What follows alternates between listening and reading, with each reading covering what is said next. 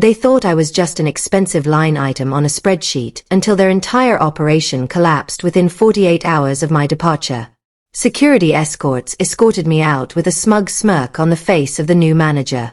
He truly believed he saved the company money by erasing my position. He did not realize he just pulled the pin on a corporate grenade. My name is Avery Vance, and I spent a decade protecting a major biomedical firm from ruin. My days involved managing federal compliance protocols and maintaining vital operational permits. It was demanding work that required absolute precision. The executives never understood the complexity of my department, but they certainly enjoyed the massive profits my certifications guaranteed every single quarter. For 10 years, I built the regulatory framework from the ground up. Every license and every system clearance was registered directly under my legal signature. The corporate higher-ups treated compliance like an afterthought because I kept everything running seamlessly. I knew the exact expiration dates of 43 critical operating permits that allowed our facility to legally manufacture products. Everything shifted when a young consultant named Jackson arrived with a mandate to cut costs. He wore tailored suits and spoke entirely in modern business buzzwords that meant absolutely nothing.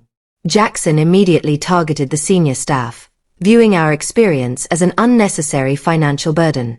During his very first presentation, he pointedly mentioned that legacy roles needed evaluation.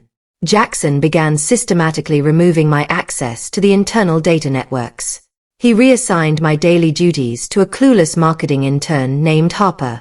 She did not even know what a federal audit involved.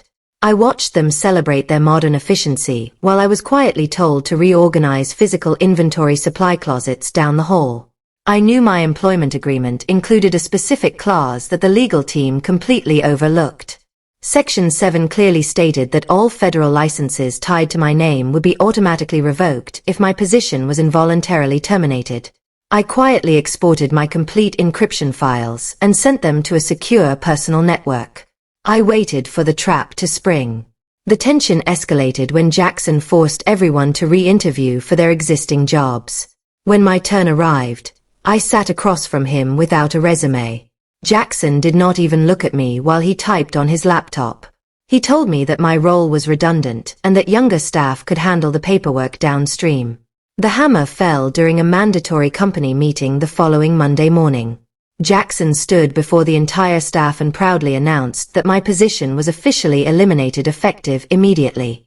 He did not offer a private conversation or a severance package. Human Resources handed me a glossy folder and expected me to leave without causing a scene. I calmly signed the termination paperwork with a steady hand. I insisted on receiving a physical printed copy of the signed document before leaving. The Human Resources representative hesitated but eventually printed the file. As soon as my signature touched that paper, the clock began ticking for the automatic federal revocation process. By Wednesday morning, the corporate machine began to grind to a halt. A major shipping vendor refused to release a critical cargo delivery because our primary operating credential showed up as completely void. The internal dashboard that tracked our legal status started flashing bright red. Jackson tried to fix the error by simply typing new information.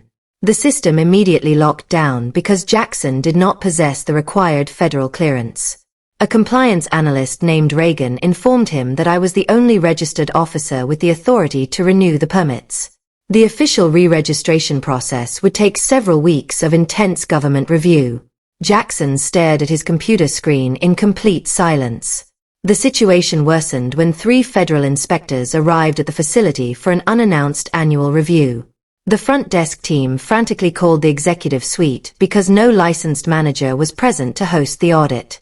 Without a certified officer on site, the inspectors legally blocked all manufacturing operations. Millions of dollars in active contracts were suddenly in jeopardy. A former colleague named Brooklyn called my personal phone during her lunch break. She asked if I knew about the total chaos consuming the main office. I calmly took a sip of my coffee and told her that the company created this problem themselves. I refused to offer any assistance and quietly hung up the phone.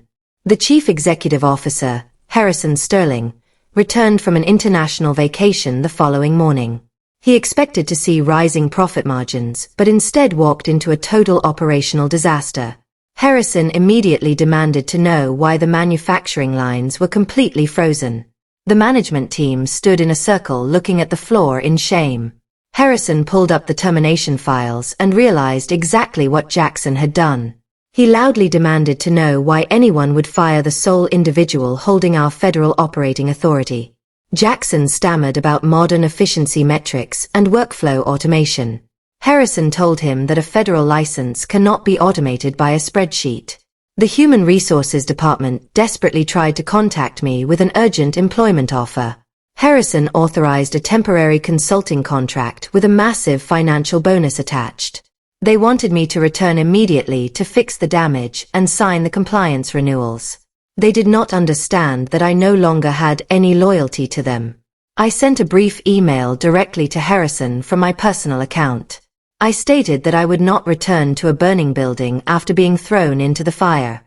I attached the official confirmation from the National Registry showing that my licenses were permanently cancelled. I wished them luck with their modern efficiency strategies. 3 weeks later, I accepted a prestigious position as the Director of Compliance at a competing biomedical corporation. My new office features beautiful glass walls and a supportive executive team. The news of my transition spread quickly throughout the close-knit industry. Several major clients immediately moved their multi-million-dollar accounts to my new employer. The original company faced massive federal fines and failing quarterly reviews.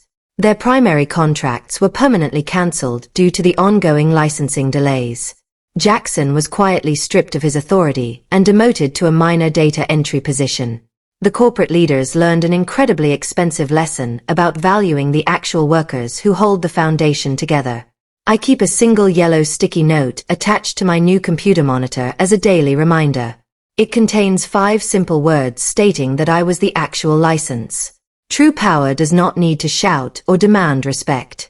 Sometimes the best response to corporate disrespect is simply walking away and letting the system crumble on its own.